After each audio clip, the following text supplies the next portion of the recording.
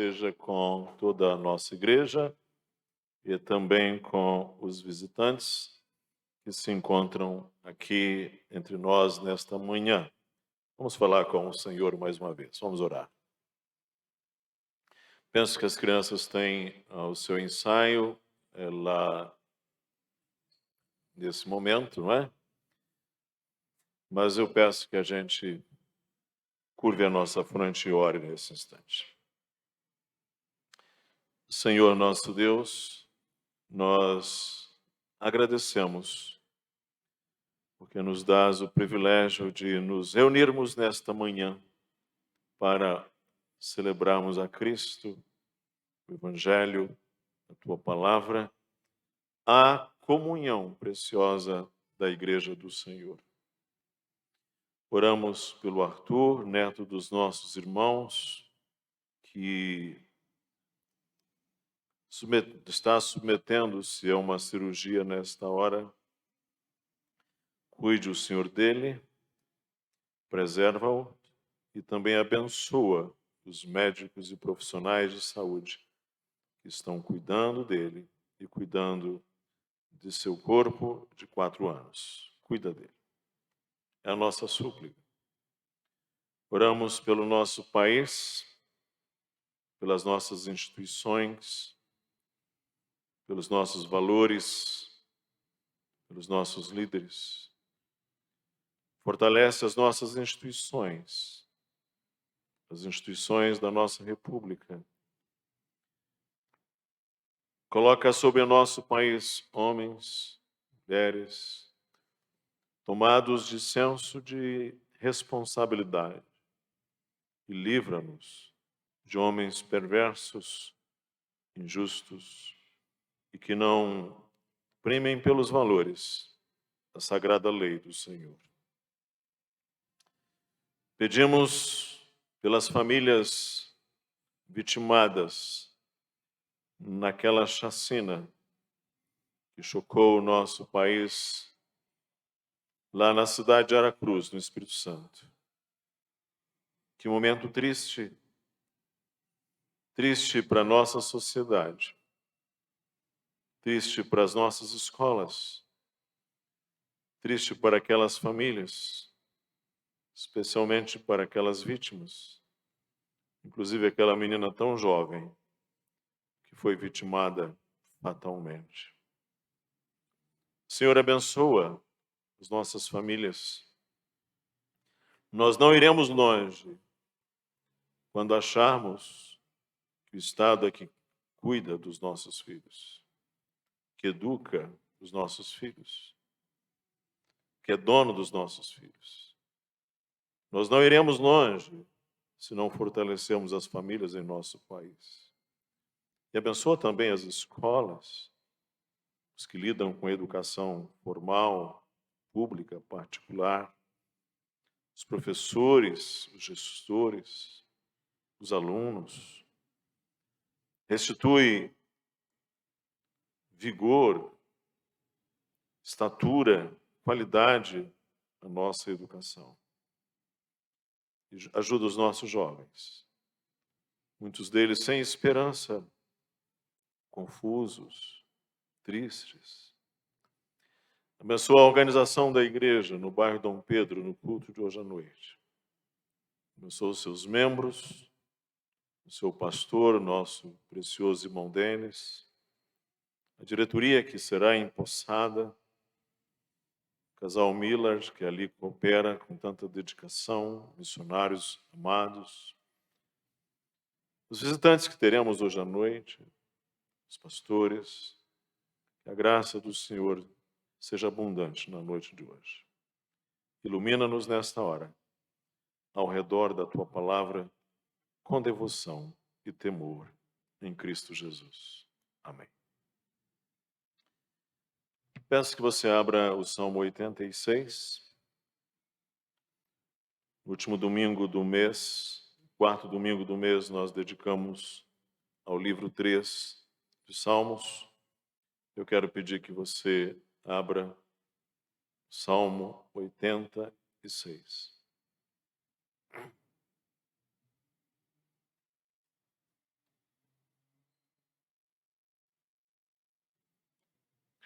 Eu lerei, você acompanha a leitura que farei, e faria uma sugestão. Se você tiver condição de manter o texto bíblico aberto durante a exposição da manhã de hoje, eu penso que você terá muito mais proveito do que você ler e depois fechar o texto.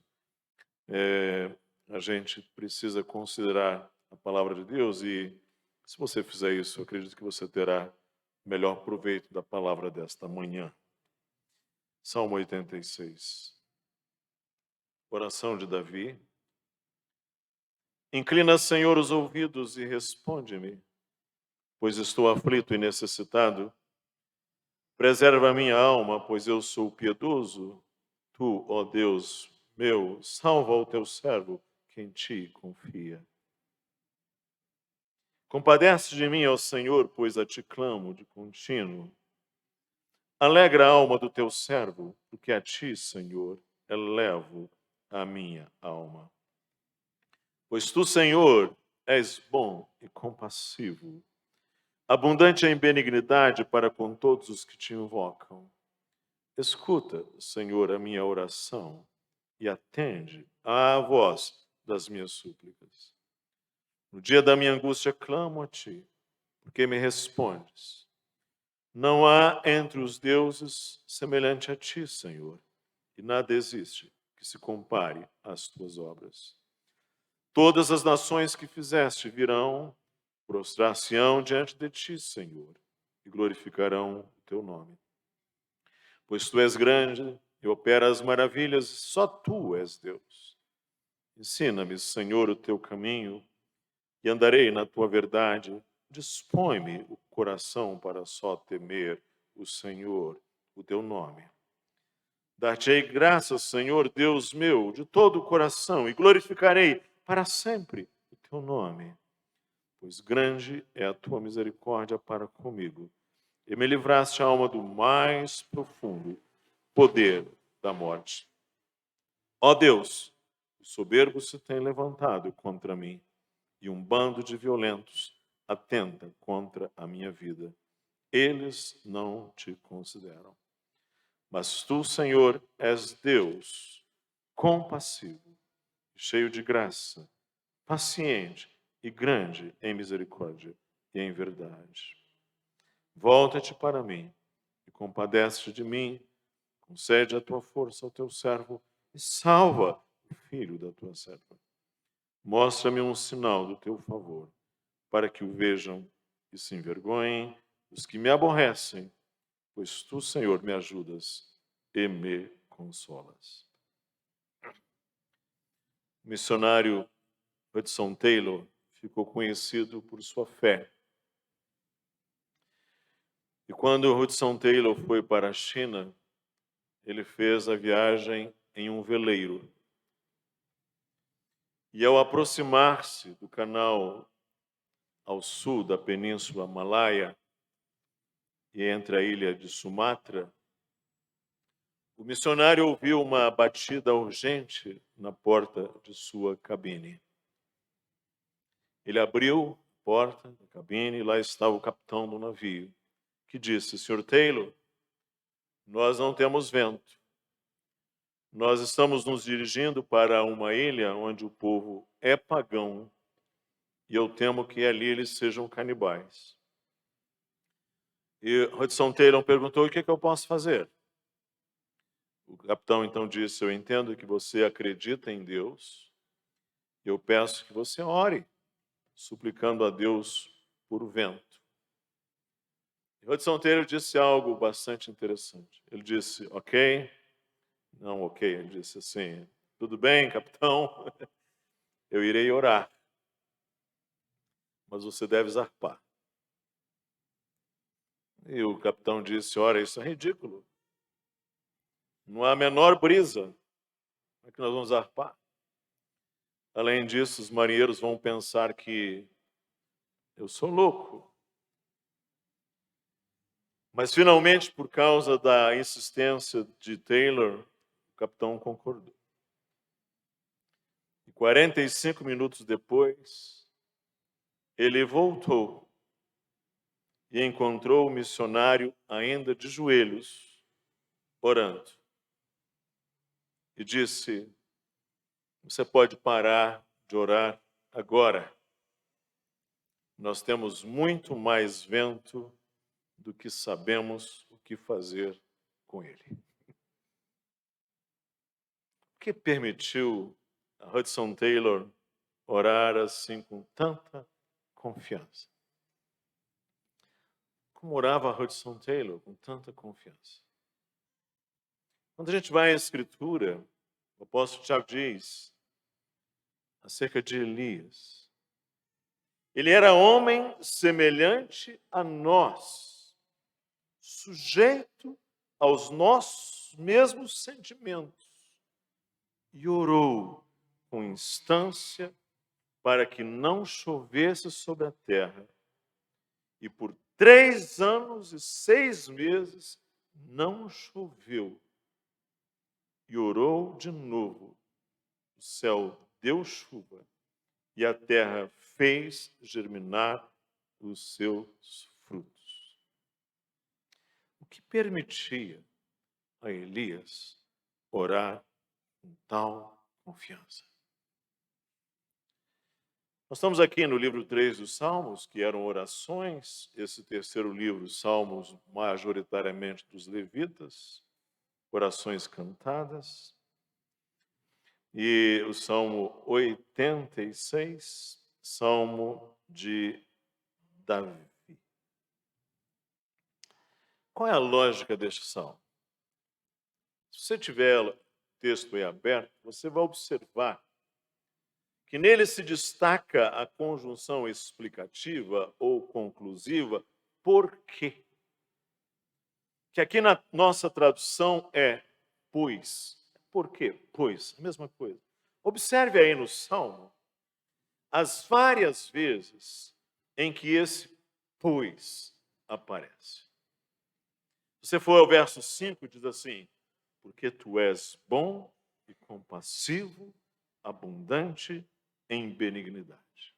Se você for ao verso 10, veja: porque tu és grande e operas maravilhas, só tu és Deus. Se você for ao verso 13, você virá assim: porque a tua misericórdia é grande para comigo e me livraste a alma do mais profundo poder da morte. Se você for ao verso 26, você tem um conectivo, uma transição, e diz assim: e tu, Senhor, és Deus, compassivo e cheio de graça, paciente e grande em misericórdia e em verdade. E se você for ao verso 17, no fechamento do Salmo, você vê assim: porque tu me ajudas e me consolas. Ou seja, isto é, a lógica do Salmo se dirige para uma conclusão explicativa que remete para Deus, chamando a atenção para os seus atributos. Que atributos de Deus se destacam? Compaixão, benignidade, misericórdia, consolação, graça, paciência. E se nós pudermos colocar em verbos o que nós lemos aqui nesse texto, quais seriam estes verbos? O Senhor, ele se compadece, ele socorre, ele ajuda, ele auxilia, ele consola. Além disso, se chama a atenção para atributos que mostram a unicidade de Deus, ou seja, Deus é único, e que mostram a confiabilidade do Senhor. Só tu és Deus, tu és grande em verdade. Deus, ele é único e ele é confiável. E outra característica, se você está atento ao texto, são as ideias de intensidade. Ou seja, abundante para com todos, grande, opera as maravilhas, ou seja, coisas extraordinárias. Livraste do mais profundo poder da morte, cheio de graça. As ideias de intensidade.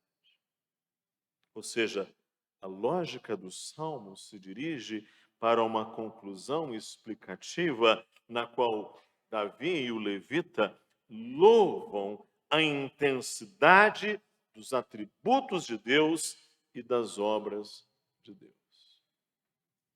Isso é importante muito. Deixa eu tentar ilustrar. Existe um animal chamado o impala africano. Ele é uma espécie de antílope, como as gazelas, que também são antílopes. Os antílopes têm uma musculatura poderosa nos quartos traseiros. E o impala africano pode atingir impressionante velocidade de 60 km por hora e até 90 km por hora para fugir dos predadores. O impala tem uma visão boa, uma audição muito boa e reflexos rápidos. E algo que chama atenção é que o impala pode saltar a uma altura de mais de 3 metros. Mais de 3 metros. E saltar a uma distância entre 6 e 9 metros. Isso é muito. Agora, no entanto, se você for no zoológico, eles podem manter os impalas num recinto qualquer do zoológico preso com uma parede de 90 centímetros de altura. Sabe por quê? Porque esses animais, eles não pularão se eles não puderem ver onde os seus pés cairão. Eles só pulam se eles puderem ver onde os pés vão cair. Sabe, irmãos, com a fé, nós nos libertamos das cercas que a incredulidade coloca diante de nós. Agora, certo, atente bem, porque há uma grande confusão, e às vezes mesmo nas igrejas evangélicas, as pessoas são meio imprecisas nisso. Você não precisa ver onde o seu pé vai pisar, mas você precisa ter visto e estar vendo a Deus que te dará conclusões e condições para pular. Sem que você veja Deus, sem que você tenha uma visão clara de Deus, sem que você tenha uma fé convicta nele, você não pula. Você fica preso, amarrado, cerceado. Ele via. E na lógica do Salmo, observe, salientam-se ideias de subidas e descidas e subidas, ou seja, movimento ascendente e descendente. Observe aí, verso 1. Ele vai dizer assim, inclina, Senhor. E logo a partir do verso 4, ele vai dizer, eleva a minha alma. Lá na segunda estrofe, ele diz, Deus e os deuses. Isso no verso 8.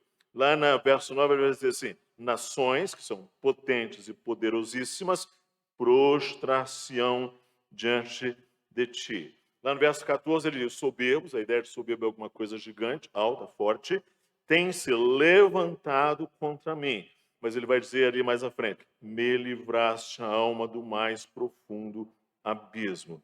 Lá no final ele vai dizer, volta-te e compadece, verso 16. Ou seja, como um pai que se volta ali para levantar um filho. Volta-se e compadece. E ele vai dizer, mostra o teu sinal para que o veja.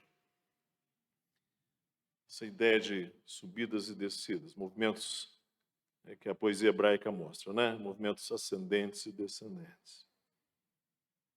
Frente a uma realidade de um Deus grande e elevado, que se inclina para ele, o levita aqui suplica repetidamente, perseverantemente. E a gente vê a constância, a perseverança na sua súplica. Verso 1 ele diz, inclina, Senhor, os ouvidos e responde. A ti clamo, verso 3, de contínuo. Verso 7, Escuta, Senhor, a minha oração e atende a voz das minhas súplicas. No verso 7 ele diz: no dia da minha angústia, clamo a ti. Observou o verbo que é usado? É o verbo clamar. Verso 3 e 7, ele clama. A ideia de clamar é de grito, é de um chamado, é de alguém que está afogando-se, precisa gritar. Aquele bombeiro disse: o grito de uma pessoa que está se afogando é inconfundível. Ele clama.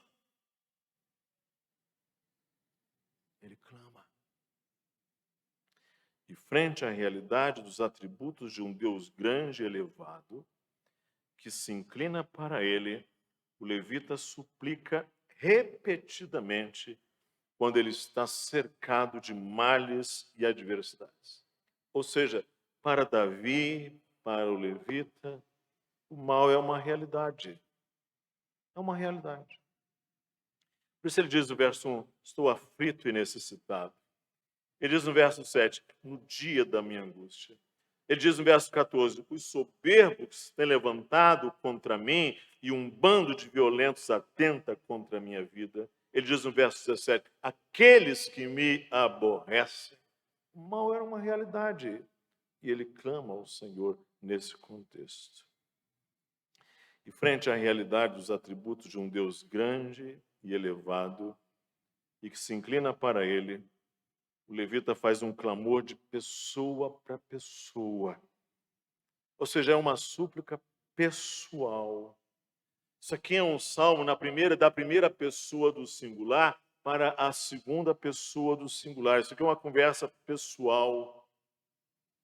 Por isso os verbos salientam aqui atos pessoais de Deus. Ou seja, inclina, responde, preserva, compadece, alegra, escuta, atende, opera, ensina, livra, volta, concede, mostra, ajuda, consola. São verbos pessoais. Você está falando com uma pessoa. Então, eu queria tirar aqui alguma palavra para você considerar. É preciso ter uma visão clara de quem Deus é e de quem nós somos para orar bem e com confiança. O professor Machen, que foi um teólogo norte-americano importante no início do século XX, especialmente no período antes da guerra, ele disse assim: quanto mais conhecemos a Deus, sem reservas confiaremos nele. E quanto maior for o nosso progresso no conhecimento de Deus, mais simples e confiante será a nossa fé. Ou seja, quanto maior for o nosso progresso no conhecimento de Deus, mais simples e confiante será a nossa fé. Isso explica a oração de Hudson Taylor. Isso explica as orações de Elias. A confiança no clamor de Elias. Se você for lá no livro dos Reis, você vai observar que quando Elias fala, ele repete algo muito interessante, uma expressão. Ele diz assim: o Deus de Israel, ou o Senhor dos exércitos, perante cuja face eu estou. Isso é frase de Elias que se repete. O Senhor dos exércitos, perante cuja face eu estou. Ou seja, Elias conhecia a face do Senhor e se via diante dela. Isso já diz para nós que quando alguém tem essa visão da face da pessoa, desse conhecimento vivo de Deus, isso livra daquelas orações mecânicas, que são o quê? Aquelas vãs repetições, aquelas meras frases sem sentido, aquelas ladainhas puras e simplesmente repetitivas, mecânicas. Quando alguém conhece esse Deus vivo pessoal, isso livra dessas orações mecânicas, e isso livra também daquelas orações místicas. O que são elas? Aquelas súplicas que são apenas fruto de uma impessoal energia espiritual, súplicas que vêm das superstições, dos misticismos. Não, quando nós conhecemos a Deus, as nossas orações são vivas e pessoais. E quando nós realmente podemos dizer que confiamos em Deus, irmãos? Quando? Quando nós não temos mais recursos humanos para confiar. Quando a única luz é aquela que nos vem de cima. O ser humano foi feito incompleto. O ser humano foi feito insuficiente em si mesmo. Agostinho, no início da sua obra As Confissões, ele diz assim, as primeiras frases, ele diz assim: fizeste-nos para ti, e inquieto está o nosso coração, enquanto não repousa em ti. O salmista fala da alma. E a palavra alma, não sei se você já ouviu falar, mas ela vem de garganta. Lá nas origens. A palavra alma descreve algo faminto. Isso significa que o ser humano vai buscar algo. E o que esse ser humano pode buscar em horas assim? Em horas difíceis?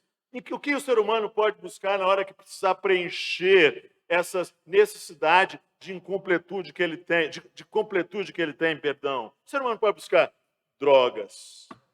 O ser humano pode buscar autoajuda. O ser humano pode buscar misticismo. O ser humano pode buscar superstições. O ser humano pode romper com a moralidade e a honestidade. O ser humano pode sair em uma busca desenfreada de prazeres. Porque não há jeito, não há outra forma. Ele é incompleto, ele vai buscar algo. Ele vai sair à busca de algo, porque ele tem dentro de si uma garganta, uma fome. Ele é faminto, ou seja, um ser humano de alma faminta, porém sem Deus, fabrica ídolos atrás de ídolos. Ele, como diz o provérbio, ele se mete em muitas astúcias, ou a outra versão, em muitas loucuras ou tolices. O ser humano faminto de Deus vai buscar alguma coisa para tentar mitigar a sua sede, a sua fome. O que isso então nos ensina, gente? É que a fé e, consequentemente, a vitalidade da nossa vida de fé,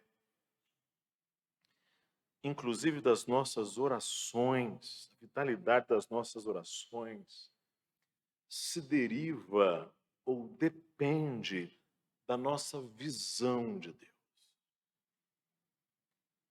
Depende da nossa visão de Deus. Você conhece a Deus? De que tamanho é o seu Deus? Toda a sua esperança e confiança está nele. E mais, você pode orar com base naquilo que você discerne, que você compreende, que Deus já fez na sua vida, que Deus já fez na sua trajetória. É isso que ele faz. Pois. Termina. Pois tu, Senhor, me ajudas e me consolas. Pois tu, Senhor, é bom e compassivo. Pois é grande a tua misericórdia. Pois é grande, opera maravilhas. Por quê? Por quê? Por quê? É isso. Pois. Ele se lembra, não é? Ele se lembra. é grande a tua misericórdia para comigo e me livraste a alma do mais profundo poder da morte. No dia da minha angústia, clamo a ti, porque me respondes.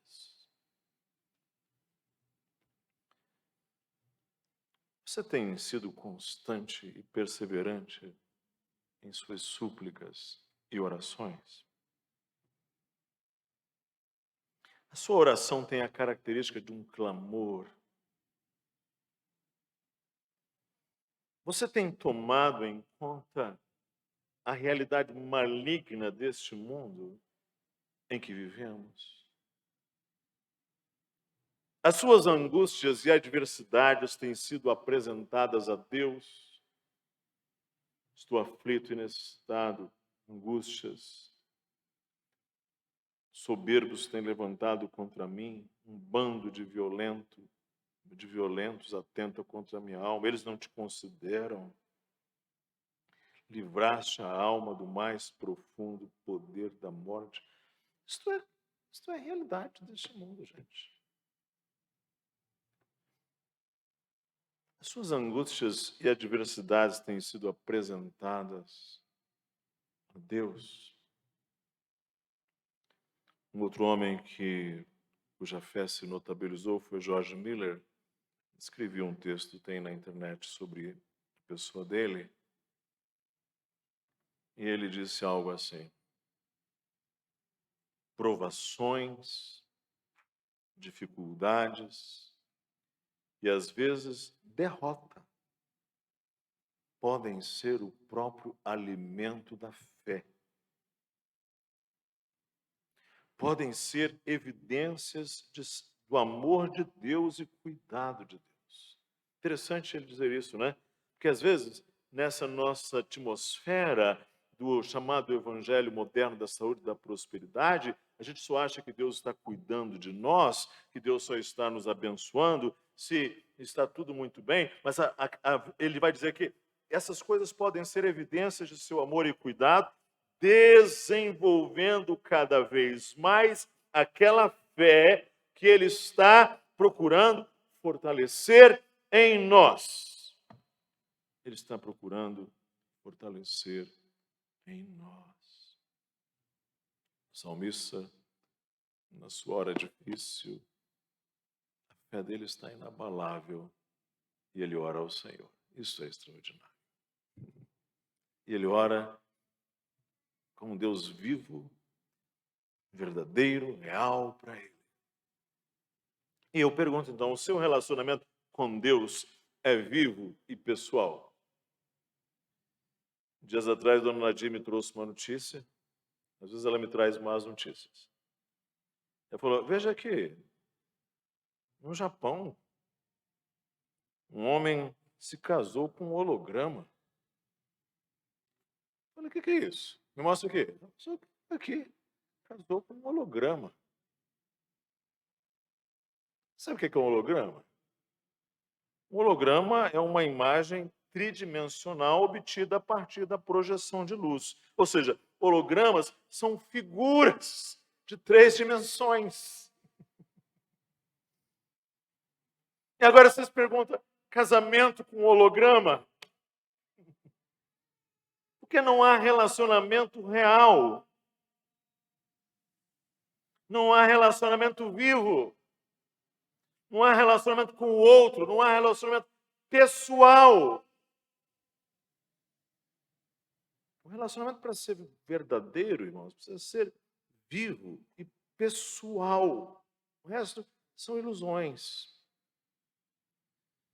Certa ocasião, eu conversava com um casal em crise e um dos cônjuges disse assim, pastor, a nossa situação está tão crítica, mas tão crítica, que às vezes a gente levanta e nem dá ao outro um bom dia cachorro. O que é isso? A situação está tão crítica entre eles, comunicação tão sofrida, que eles dois levantam, pelo menos, bom dia, cachorro, né? Bom dia, cachorro! Ele diz, nem o bom dia cachorro a gente tem, de tão críticas que as coisas estão.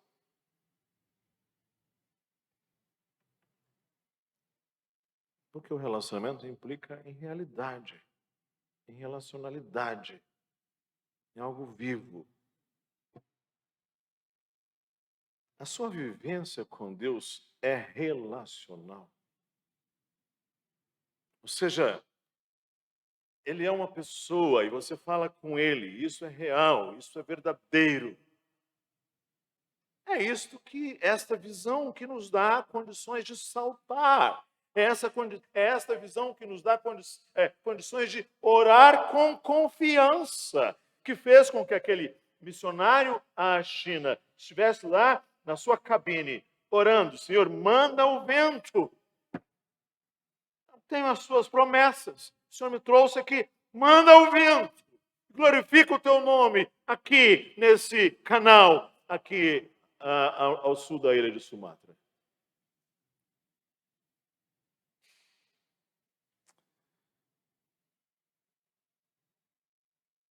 Como é a fé quando se tem recursos?